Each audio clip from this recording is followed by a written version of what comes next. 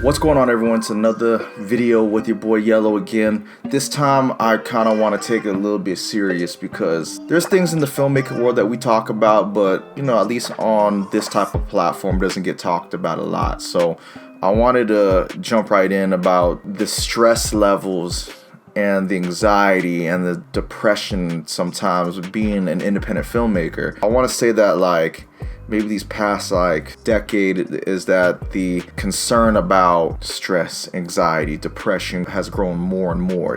Decades before, when we were probably a lot younger, it's talked about but not taken as serious as it should. Me growing up in a Asian American family, and I can say a lot of other families out there from different backgrounds can kind of have the same similarity that us growing up, our parents never really looked at least my parents, they don't really look at you about depression and stress and anxiety and stuff. That's just like a myth to them sometimes. My parents were immigrants from a whole nother country, so the idea of depression and stress and stuff is just something they don't think about, and they would never think it would happen to you, but it happens to everyone, and I'm sure it happens to them. They just don't realize it. You get what I'm saying? I know with us, especially if you're a freelance filmmaker, the stress of when your next job is coming can be very concerning sometimes, because it's like you're waiting for a paycheck from one client or one job that you have or a gig, and it still hasn't showed up yet, and you're living check to check sometimes just to kind of get to where you want to go. And once you start stacking up, and you can at least have the peace of mind that I'll be okay. Especially with this pandemic that happened, I know a lot of people were stressed out. It was hard for me to think about other people. I was blessed enough to still have work and a job to take care of myself. For others, I have friends and stuff that weren't fortunate, and there's times I just felt bad, even though I just really didn't want to. I would take bigger jobs and gigs just to try to bring people on set just so they can have some money in their pocket. And it can be stressful, but that's some things a part of stress that it could be that, but it could be also sometimes you're working and going through in this industry, and sometimes it's damn, there's people that are younger than me that just kind of just made it and got ahead way before I did. I'm still here struggling, trying to blow up or trying to get to the right position or to the right people to be able to do bigger things and stuff like that and be successful. The one thing about filmmaking I can say, there's no age limit to what you can do. You can make it at a very old age as a director and still be good. That's the great thing about working behind the camera. You don't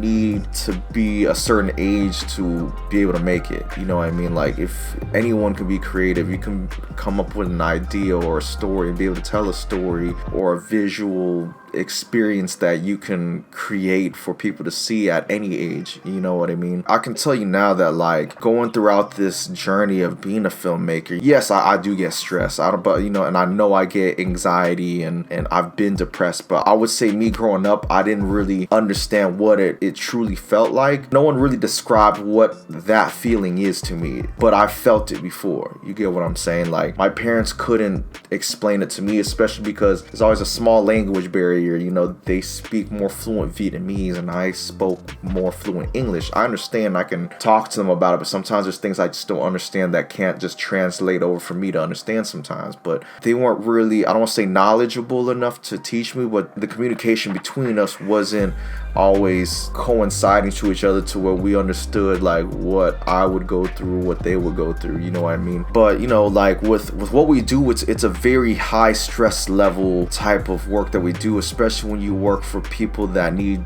deadlines. You got to make deadlines. You got the stress of even pre-production, production, post-production, re-edits, everything goes all in hand, because especially if you're working with smaller teams, smaller budgets, that's more stress on top of that, because that means more work for you to have to do to try to figure out how to do all this stuff. It's not an easy thing for you to maintain all the time, and a lot of times when you're freelancing, we're always constantly thinking of, okay, we got to keep doing the next job. I tend to be the guy that will constantly keep working and working, because I'm scared that if I don't keep working, I'll start running out of money or running out of whatever and stuff like that. And us as filmmakers, we tend to spend our money on ourselves as in what we do, like equipment or stuff for ourselves that we need. So, we're spending money all the time because, what we do isn't cheap. So we always need to constantly work, especially from a independent standpoint. We're constantly working, finding those gigs, and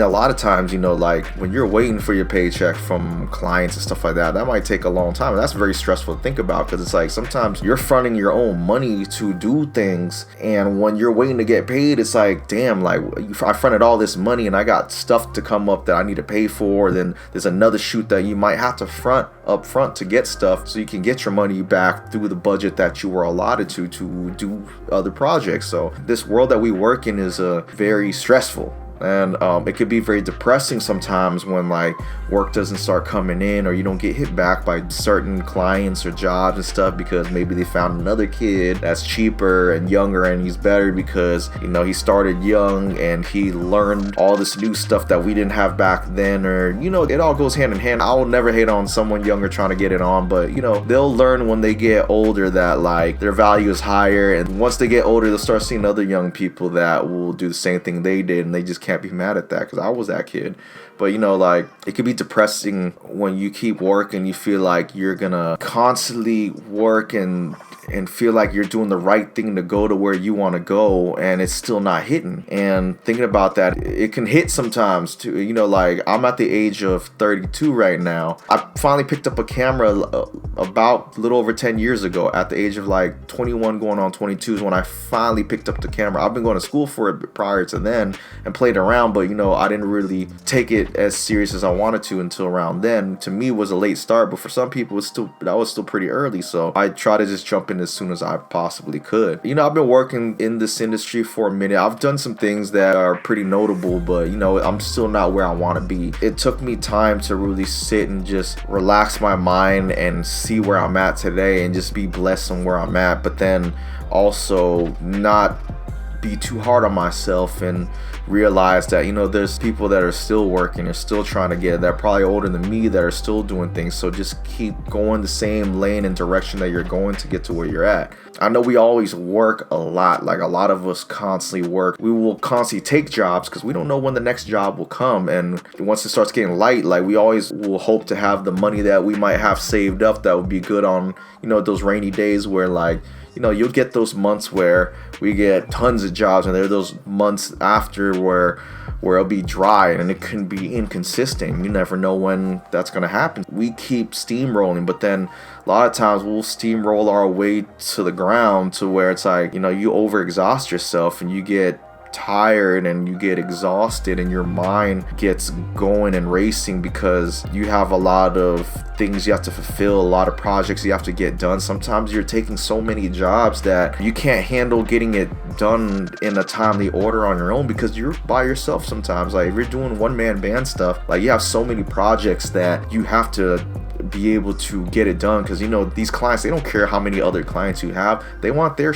You wish sometimes your clients will understand, but they're not going to understand all the time. They want their They try to be helpful and be understandable, but sometimes they just want their and they don't care what it is, like, because at the end of the day it's still business. Sometimes we wish some of our clients could be human, but and also understand like, hey, we're giving you a little break here on pricing, so you got to kind of give us a little leeway to take our time, be able to get this done, because we sit at the computer and stare at the computer 10 to 12 hours a day sometimes to try to get a project done because you want it to be good and you want it to look right, and they don't understand that, like, it's not a push a button and boom, you got to create a video. No, like, it takes time, it takes creativity, and it takes a lot of mental space to do that. Sometimes you need a break away from the computer so you can clear your mind and then come back and get that motivation to kick in, because like I said, like, we're only human, we're not machines, and we can't keep working ourselves constantly. And I've been a person that has done that all the time, like, especially since the start of the pandemic. I haven't taken a break since, and I finally took a little vacation 2 weeks ago just so I can just be able to not think about anything and fall back and be able to not have to stress about getting things done for projects, for people, especially if it's like people stressing you about projects that you know, like little things that aren't gonna affect anything. You get what I'm saying? Like, it's those type of things are something that you want to kind of steer you away from. If you're gonna stress me, you gotta pay me a lot of money to be as stressed as you're stressing me about like a project that I didn't get a big budget from. So you guys need to start taking times for yourself to be able to relax. Like every month, if you're getting a few jobs, give yourself at least maybe a week to just kind of sit back, or a weekend or half a week to just be able to just lay down and relax, and then recoup, get your energy back up, and then go back to work. And I always tell people, like, especially when they come up with crazy ridiculous deadlines or schedules and stuff like that, and you know, like, you're working with only so much that you have to, sometimes you just gotta have to let your clients know, like, yo, do you want me to work at my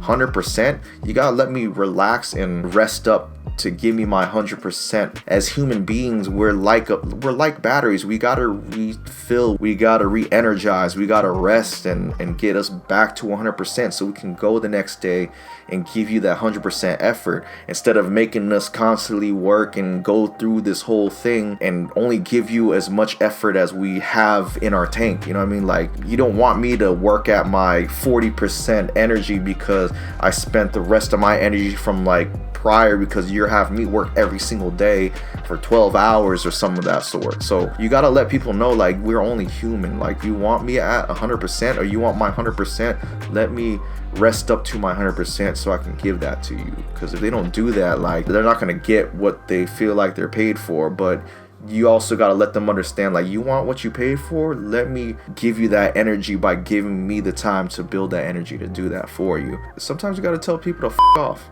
Your headspace and your energy is more important, and your health is more important than someone's little low budget video that they're stressing you about. Like, yeah, get the project done, get it done, and don't work with that person again. Because like, if that's the type of stress that they're giving you over little stuff, like, it's not worth your time. At the end of the day, you need to take time for yourself. You need to take your own mental health break, because you don't want to work yourself to the ground. I had a friend of mine named Johnny, rest in peace.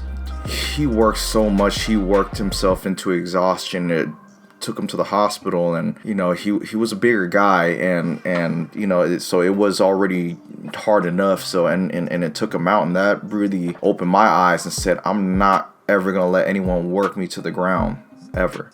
There's times that I've tend to almost work a little too much, and I always forget to give myself a break. But you know, like, once you start feeling that exhaustion, you have to take a break. Like, you have to just give yourself a day or two. There's nothing wrong to take 1 or 2 days off. Like, there's a reason why all these people are, you know what I mean? Like, because at the end of the day, if you are good at what you do, these people will understand, and they're gonna wait for you to take your break and decide when you want to start working again, or when you want to pick up again, because they're not gonna go to nobody else. Because if you're doing exactly what they want, they don't want to go to nobody else, they want to go to you. So if you have clients that don't want to understand that and don't care for that, f them.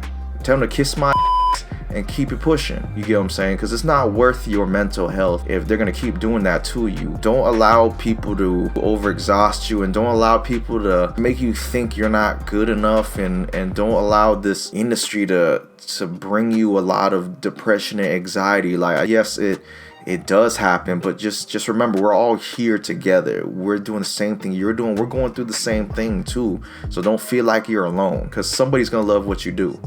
And don't feel like nobody's watching, because people are watching. And let someone else know if there's something going on that, you know, you're feeling some way. Just reach out to another film friend, because I'm pretty sure they've been through it also, or they'll understand. Because what we do as our career here, it's not like your usual 9-to-5 job. It's pretty much 24/7, so we don't have to work a 9-to-5, which can take a lot of energy out of you. So just make sure that you know how to balance. It's a balance that you have to create to give yourself everything that you want to do in this industry, and what you want to do for your career or the work that you're putting out there. So remember, take a break, please. Take a mental break. Go somewhere just so you can clear your mind. If you don't, like, your health will not look good, and your body will start to shut down, and it's just something you don't want to take that risk to do. You want to last as long as you can. So coming from one filmmaker or independent person to another, take a break when you can. And don't let any of these people tell you otherwise, because we all need a break. I'm sure they always need a break, and they have all the breaks they want to do. You should take a break too, and be able to just readjust, and just remember, like, people care about you. At the end of the day, there's always someone that cares about you, cares about what you do. They love what you do, so they'd rather you take a break so you can create the art that they love to see. Remember that. That's it for this video. If you like this video, hit the like button, subscribe, comment, hit the notification button for any future videos, and I'll see you on the next video. Peace.